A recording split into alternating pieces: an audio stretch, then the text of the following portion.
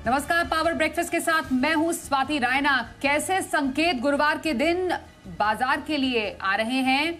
US market से, global market से US Iran के बीच में फिलहाल अभी युद्ध को लेकर नया अपडेट क्या है, कमोडिटी बाजार का पूरा हाल और होगा आपके लिए कमाई की स्ट्रैटेजी की पूरी स्ट्रैटेजी होगी आपके लिए। हमारे साथ नेहा है सबसे पहले ग्लोबल मार्केट अपडेट के लिए।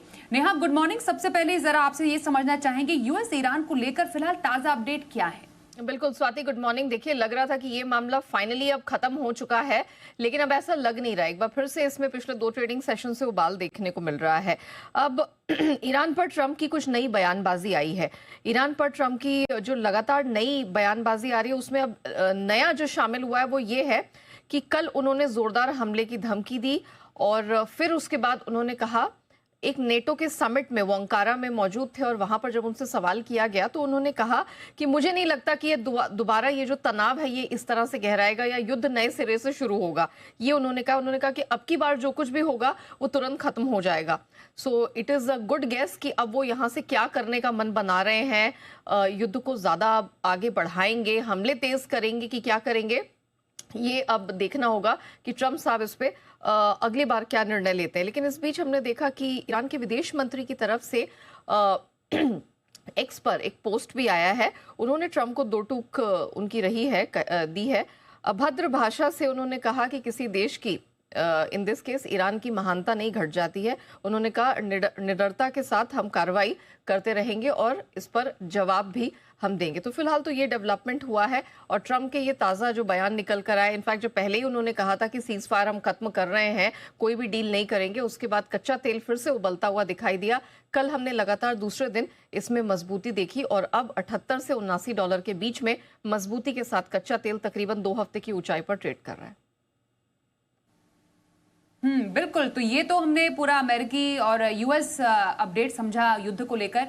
बाजार और कमोडिटी बाजार से कैसे संकेत मिल रहे हैं ग्लोबली? बिल्कुल स्वाति, एक और डेवलपमेंट है जिस पर नजर रखने की जरूरत है। जून महीने के FOMC मिनट्स वो जारी हुए हैं। इससे पता चलता है कि जो अमेरिका का सेंट्रल बैंक है वो किस तरह की मॉनेटरी पॉलिसी को दिमाग में लेकर चल रहा है। तो इन मिनट्स में जो सबसे हाईलाइटिंग फैक्टर था वो यही कि इस साल के अंत में एक रेट हाइक की संभावनाएं बनती हुई दिख रही हैं। अब आपने पूछा अमेरिकी मार्केट्स का मूड मिजाज कैसा रहा है? मिला जुला सा सेशन देखने को मिला। डाउ जो रिकॉर्ड पर रिकॉर्ड बना रहा था, इसकी तेजी पर ब्रेक लगा है। यहाँ पर हमने देखा कि डाउ तकरीबन 577 अंकों की गिरावट के साथ 52,350 के पास बंद हुआ है।